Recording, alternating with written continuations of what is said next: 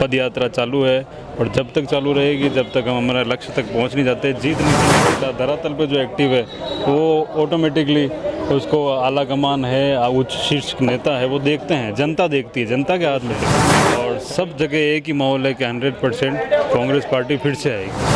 सभी टीम में नए चेहरे ज़्यादा शामिल किए हैं, तो उससे पुराने जो चेहरे थे वो कहीं न कहीं नाराज़ हुए हैं पार्टी से, क्या उसका इफेक्ट नहीं देगा? चाहे बीजेपी का छोटा नेता हो या चाहे बीजेपी का बड़ा नेता, उनको सिर्फ यही काम करना है कि मोदी जी के नाम से वोट। इंडिया ही जीतेगा, भले वो नाम पे अध्यादेश ले आए तो भी इंडिया को हरा नहीं पाएंगे।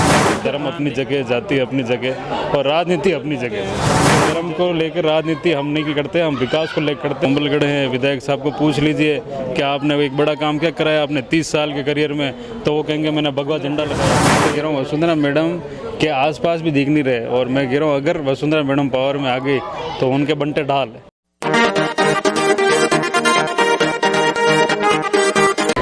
नमस्कार, मैं हूं लक्ष्मण सिंह राठौड़ और आप देख रहे हैं जयवर्धन न्यूज़। चुनावी कवायदें, शहर देहात, गांव ढाणी सब जगह चुनावी बातें हैं, चुनावी कार्यक्रम हैं, चुनावी चहलकदमी है, और वही चुनावी बातें, चहलकदमी हर पार्टी में देखने को मिल रही हैं, कांग्रेस हो या बीजेपी। अभी आज राजसमंद जिला मुख्यालय पर भारत जोड़ो यात्रा की वर्षगांठ पर जिला मुख्यालय पर रैली निकाली और उस रैली में अलग अलग कई पदाधिकारी भी शामिल हुए। कांग्रेस कमेटी के प्रदेश सचिव हमारे साथ में हैं, योगेंद्र सिंह जी परमार हैं, जो कि कुंभलगढ़ से दावेदारी भी कर रहे हैं और वो इस रैली में शामिल हुए हैं। ये आज रैली में शामिल होकर क्या लगा? राहुल गांधी जिस मकसद से धरातल पर ज़मीन पर उतरे थे, क्या वो अब धरातल पर उतरने के बाद कुछ बदलाव हुआ? पार्टी का ग्राफ बढ़ा कि नहीं बढ़ा? बिल्कुल ग्राफ बढ़ा सर, बदलाव भी हुए। जिस जिस क्षेत्र से निकले उसके बाद आपने मणिपुर का रिजल्ट देखा होगा, कर्नाटक का रिजल्ट देखा होगा।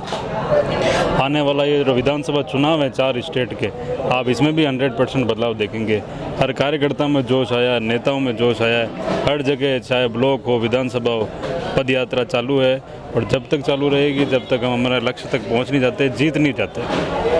इसमें मुख्य रूप से राहुल गांधी जिस मकसद से शुरू हुए, लेकिन राजस्थान और मणिपुर, कर्नाटक की अगर तुलना करें तो वहाँ और यहाँ में काफ़ी राजनीतिक भौगोलिक दृष्टि से भी काफ़ी डिफरेंट हैं, और पिछला अगर रिकॉर्ड देखें तो उसमें भी ये देखा जाता है कि एक बार कांग्रेस और एक बार बीजेपी की परंपरा यहाँ राजस्थान में रही है।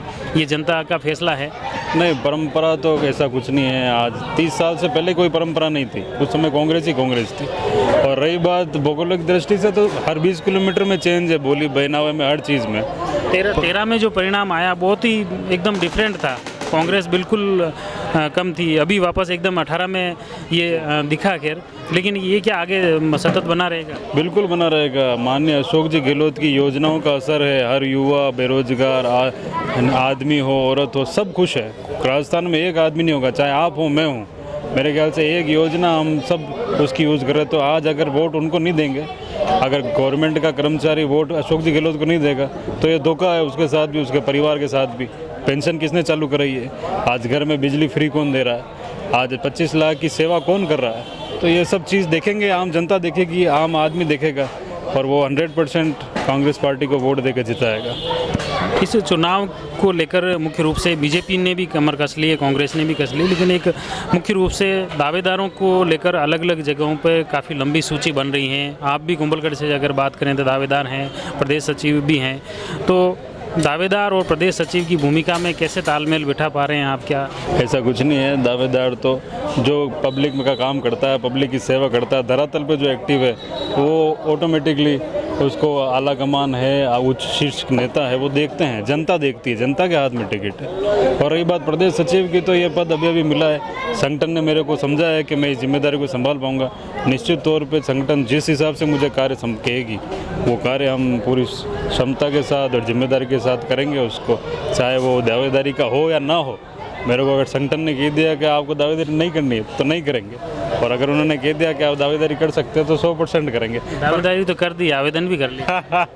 हाँ, जो नियम है, कानून है, वो तो हम कर ही रहे हैं। अब जो कांग्रेस पार्टी ने, लोकतांत्रिक पार्टी है, नियम बनाया, कोई भी कर सकता है, हमने भी कर दिया। एक मुख्य रूप से आपको जैसे दूसरी जिम्मेदारी मिली है उदयपुर में विधानसभा की, तो वहाँ आप गए और यहाँ पिछले 4 साल से ज़मीन पे आप घूमे गाँवों में, तो गाँवों की क्या स्थिति महसूस की आपने? जी, बहुत ही पॉजिटिव स्थिति है। झाड़ोल और गोगुंदा का मेरे पास जिम्मेदारी मिली। मैं बताना चाहूँगा वहाँ दोनों जगह कांग्रेस के बहुत अच्छे आसार है, नेताओं में बहुत अच्छा जोश है और सब जगह एक ही माहौल है कि 100% कांग्रेस पार्टी फिर से आएगी। चाहे वो झाड़ोल हो, गोगुंदा हो या कुंभलगढ़ हो या राजस्थान की कोई भी विधानसभा उठा के देख लिए, इस बार कांग्रेस का ग्राफ 156 प्लस का है। एक मुख्य रूप से बात चाहे सर्वे की हो या स्थानीय स्तर की बात करें, उसमें कई बार ये देखा जाता है कि पार्टी ने जो टीम बनाई है इस बार, जिला स्तर की, प्रदेश स्तर की या कोई भी, उन सभी टीम में नए चेहरे ज़्यादा शामिल किए हैं। तो उससे पुराने जो चेहरे थे वो कहीं न कहीं नाराज़ हुए हैं पार्टी से। क्या उसका इफेक्ट नहीं देखने को मिला? नहीं, नाराज़ नहीं, पुराने चेहरे, नए चेहरों को मौका मिलना चाहिए। आज युवाओं को भागीदारी समझनी होगी। जब तक युवा ये बोलता रहेगा कि क्या होगा इस देश का, और ये कांग्रेस पार्टी एक परिवार है, इस परिवार में कहीं आपस में झगड़ा भी हो जाता है, नाराज़गी भी हो जाती है, पर इस नाराज़गी को सुलटा भी देते हैं। ये खूबी है इस पार्टी की। और जो पुराने कार्यकर्ता है वो जानते हैं कि कार्यकर्ता की वजह से पार्टी है, पार्टी की वजह से कार्यकर्ता नहीं है। मैं समझता हूँ कि कार्यकर्ता अपना काम भी करेंगे और पुराने कार्यकर्ता उनको आशीर्वाद भी देंगे। कुंभलगढ़ में आपके साथ में आपके पिताजी गणेश सिंह जी भी इस दावेदारी की दौड़ में, उन्होंने भी आवेदन किया है। तो क्या पिता पुत्र इन दूसरे दावेदारों को से आगे बढ़ पाएंगे? नहीं, ऐसा कुछ नहीं है। पिता ने अपना किया है, बेटे ने अपना किया है, मैं मेरा देख रहा हूँ, वो अपना देख रहे हैं। मुझे लगता है कि मैं दावेदारी कर सकता हूँ, मैंने कर लिया। और मेरे फादर साहब तो 1988 से फील्ड में है। ये तो आज तो सोशल मीडिया का ज़माना साहब, 1988 से इस फील्ड को सक्रिय करे हुए हैं। सरपंच रहे, ब्लॉक अध्यक्ष रहे, पंचायत समिति सदस्य रहे, जिला परिषद का चुनाव लड़ने की कोशिश की, हर वो ऊपर नीचे उतार चढ़ाव देखा है, उसके बाद बने। तो ये आजकल के नेता नहीं है। मैं समझता हूँ कि कुंभलगढ़ का सौभाग्य है कि उनको गणेश सिंह जी परमार मेरे पिता जैसे नेता मिले। एक भी देश में इशू चल रहा है भारत और इंडिया का। इंडिया और भारत को लेकर काफ़ी सोशल मीडिया पे भी कवायदें चल रही हैं और राजनीतिक दृष्टि से भी चल रही है कि इंडिया को नाम हटाने की ऐसी बातें सोशल मीडिया पे चल रही हैं। आप कैसे देखते हैं? जी, मैं देखता हूँ कि मोदी जी डर गए हैं सर, ईमानदारी से। उनके पास और कोई मुद्दे नहीं है, एक कोई बड़ा काम नहीं है, चाहे बीजेपी का छोटा नेता हो या चाहे बीजेपी का बड़ा नेता, उनको सिर्फ यही काम करना है कि मोदी जी के नाम से वोट चाहिए। अब मोदी जी देख रहे हैं कि भारत के नाम पे अगर वोट नहीं जाएगा तो लोग देखेंगे भारत को हरा दिया। इस छोटी सी सोच को देखते हुए इंडिया का नाम बदलना चाहते हैं। कांग्रेस इसका विरोध क्यों कर रही है? इंडिया तो देखो, ये वैसे दो नाम हो रहे हैं, इंडिया और भारत, तो विरोध का क्या मुद्दा क्या है इसमें? विरोध का मुद्दा ये है कि उनकी छोटी सोच है। अगर उन वोट नहीं डरते तो फिर लड़े। तो गठबंधन तो सही है, आप 38 दलों के साथ कर रहे हैं, हम 26 दलों के साथ कर रहे हैं। नहीं, वो गठबंधन, लेकिन उस इंडिया नाम से कांग्रेस के विरोध थोड़ी नहीं, कांग्रेस का विरोध नहीं, कांग्रेस का पूर्ण तरह से गठबंधन इंडिया से विरोध थोड़ी है। नहीं, गठबंधन इंडिया से कोई विरोध नहीं है। हम तो चाहते हैं कि इंडिया जीते और इंडिया ही जीतेगा, भले वो नाम पे अध्यादेश लिया है तो भी इंडिया को हरा नहीं पाएंगे। एक देखा गया है कि मुख्य रूप से अभी गत दिनों अपने तमिलनाडु के सीएम के पुत्र हैं, मंत्री भी हैं, उन्होंने कहा कि सनातन धर्म को खत्म कर दिया जाए। इस पे क्या कहेंगे? अब उनकी सोच है। अब वहाँ के आपने कहा ना कि दोनों भौगोलिक दृष्टि से अलग है, वहाँ कैसे पकड़े उस आदमी को। पर सनातन धर्म खत्म होने वाला नहीं है। धर्म अपनी जगह, जाति अपनी जगह और राजनीति अपनी जगह। सरकार धर्म, जाति और राजनीति का कोई भी आपस में लेना देना नहीं। धर्म से आप प्रेम करते हैं तो उसकी जगह अलग है, और राजनीति विकास के ऊपर है। आपने क्या काम किया, क्या नहीं किया। हाँ, हम सब धार्मिक है, पर वो हमारा पर्सनल मामला है। मैं राम को मानूँ, हनुमान को मानूँ, मैं कृष्ण को मानूँ, सुदामा को मानूँ, ये मैं जानता हूँ। मैं 1 रुपया चढ़ाऊँ, 100 रुपये चढ़ाऊँ, मैं 25,000 की रसीद फाड़ के पोस्ट करने से तो रहा। तो ये सर बातें हैं कि धर्म को लेकर राजनीति हम नहीं करते, हम विकास को लेकर करते हैं। वोट क्यों देता है आदमी? अगर मंदिर के लिए वोट देना है तो वो जाके पैसा दे दे। हमको वोट दिया काम क्षेत्र की जनता ने कि उनकी नौकरी कर सके, उनकी वकालत विधानसभा में कर सके। राजनीति करने के तरीके अलग होते हैं। इन लोगों के पास कोई ज़्यादा मुद्दे है नहीं। मुद्दा सिर्फ उनके पास छोटी छोटी बातों का, जिनको वो आजकल के नए नए युवाओं को जो सोशल मीडिया से जुड़े हुए हैं, जो फ़ोन से जुड़े हुए हैं, उनको भड़काने का काम कर रही है। इस वजह से वो वहाँ पर बीजेपी अगर भगवा के नाम पे या भगवा के जरिए जनता तक पहुँच रही है, तो कहीं ना कहीं इसमें कांग्रेस के आज की जो नई जनरेशन कांग्रेस में जो आई है वो तो पूरी भगवा में ही दिख रही है। जी बिल्कुल, हम तो भगवा में ही हैं। हम तो करनी माता के, नीमच माता के, आमच माता के हम तो भक्त हैं। हम तो भगवा मई हैं, हनुमान जी के भक्त हैं। भगवा का चंदन केसरी नंदन हम तो माथे पर लगाते हैं, ऐसा कुछ नहीं है।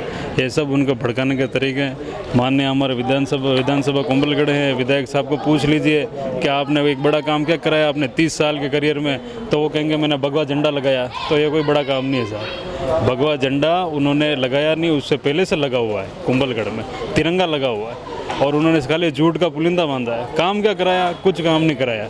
काम बेड़ज नाके का मुद्दा कभी उठाया? पानी की इतनी समस्या है नहीं, हम तो जानते ही नहीं, कोई मुद्दा नहीं। जोर से बोलना और सिर्फ रंगों पे राजनीति, मोदी पे राजनीति, धर्म पे राजनीति, हमारा बस की बात नहीं है। मेरे फादर का 5 साल का समय है टेन्योर, और उनके 30 साल का टेन्योर है। दोनों को अगर पकड़ ले में, तो उन्होंने एक जीएसएस भी अगर उन्होंने सेंक्शन कराया हो, तो मैं आज एक आपने बड़ा प्रोजेक्ट बताया कुंभलगढ़ विधानसभा में, काफ़ी सुर्खियों में रहा बेड़ज का नाका परियोजना। एक दिन पहले ही वो डीएमएफटी का बहिष्कार किया उन्होंने, सुरेंद्र सिंह जी ने बैठक का भी, और उसमें ये उठा कि तो मैंने भी उनसे सवाल किया कि बेड़ज का नाका का क्या हुआ, तो वो कह रहे हैं हमने पास करवा दिया, बजट हो गया, लेकिन कांग्रेस ने इसको कैंसिल कर दिया। हमारे ख्याल से बहुत ही शर्म की बात है कि सुरेंद्र सिंह जी राठौड़ जो विधायक की उस सीट पे बैठे हैं, वो ऐसा बयान देते हैं, जबकि उनको ये बताना चाहिए कि क्या अगर बहिष्कार किया तो किन कारणों से किया। वो कहते हैं कि हमको 150 करोड़ दिए, तो 150 करोड़ में उन्होंने कितने लोगों को पूछ के कितनी सेंक्शन है उनके अनुशंसा पे बताएं हमको। एक लोग भी सुनते नहीं, किसी को काम बताया। वो तो आरोप लगा रहे हैं कि गणेश सिंह जी को मेंबर बना रखा है और आमेर नगर पालिका में कैलाश जी मेवाड़ को मेंबर बना रखा है, तो वो उनकी सुनवाई करते हैं, हमारी तो कोई सुनता ही नहीं। तो आप जाएंगे नहीं, बोलेंगे नहीं, तो सुनवाई कौन करेगा? आप पोड़ियार होगा तो बजे कौन उठा, या आपने कोई पूछेगा? कहीं आपके घर में कितने लोग आते हैं? कितनी बार आपने आई जैन एक्शन से बात की? कितनी बार आपने अपनी लेटर पैड पे काम लिख के भेजे? बताएं, किसी भी अधिकारी को पूछ ले, कुछ नहीं, उनके पास खाली बातें हैं। वो देख रहे हैं कि आज उनके पार्टी के लोग उनका विरोध कर रहे हैं, इसलिए वो हमेशा एक मुद्दा ढूंढते हैं कि चलो एक छोटा सा एक कुछ छोड़ दें और ये एक मुद्दा बन जाए। तो एक मुद्दा बन गया, कवर की हेडलाइन बन गई।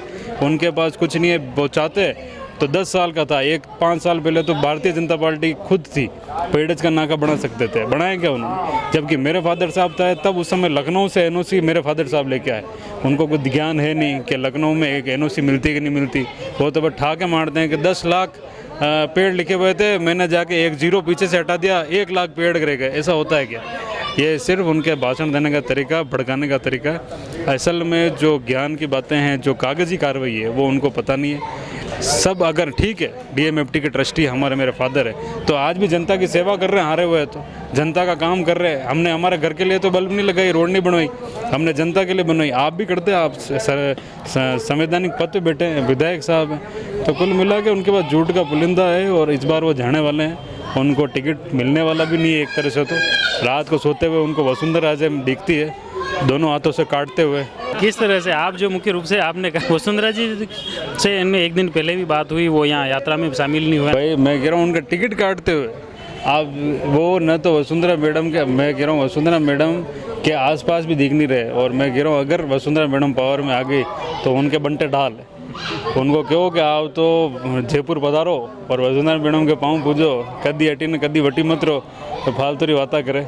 कम कम खुद री टिकट रो ध्यान पर आके इन्होंने जिन जिन लोगों की काटा है, आज नाथूलाल जी इतने बड़े नेता है, उनको काट के नीचे फेंकने की काम किया उन्होंने। अनूप सिंह जी को प्रधान है, उनको नीचे गिराने का। कांग्रेस के लिए ना आपके लिए तो फायदा है। हम इसमें नहीं, हम हमारे विकास पर वोट चुनाव लड़ेंगे। नहीं, लेकिन बीजेपी वाले आपस में लड़ रहे हैं तो उसका तो फायदा फायदा चलो मैं तो कह रहा हूँ आम जनता को मिलेगा।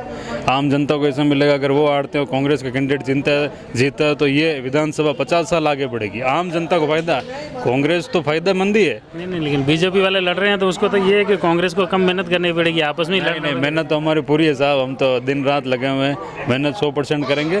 पर कुल मिला के उनकी असलियत है सुरेंद्र सिंह जी राठौड़ की कि वो एक नंबर के विफल नेता है। अखबार में आया है साहब कि उन्होंने पूरे 4.5 साल में एक प्रश्न नहीं लगाया।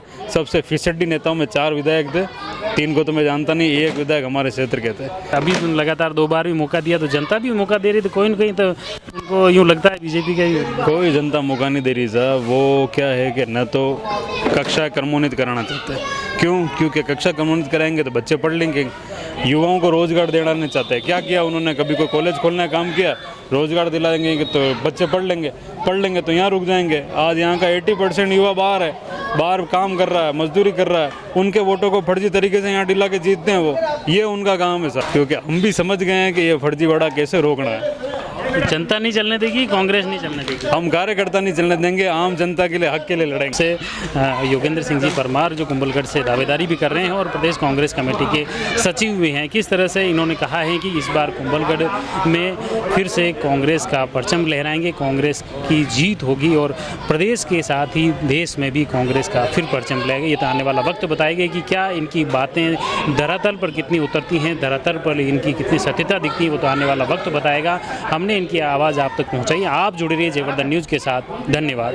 The Maruti Nandan grand, Nathdwara स्थित एकमात्र ultra luxurious 5 star hotel. Rajsamand जिले की एकमात्र 5 star hotel the Maruti Nandan grand में भोजन की स्वादिष्ट थाली अब सिर्फ 290 रुपए में। श्रीनाथ जी की नगरी नाथद्वारा में इस सुनहरे अवसर का आनंद अवश्य उठाएं।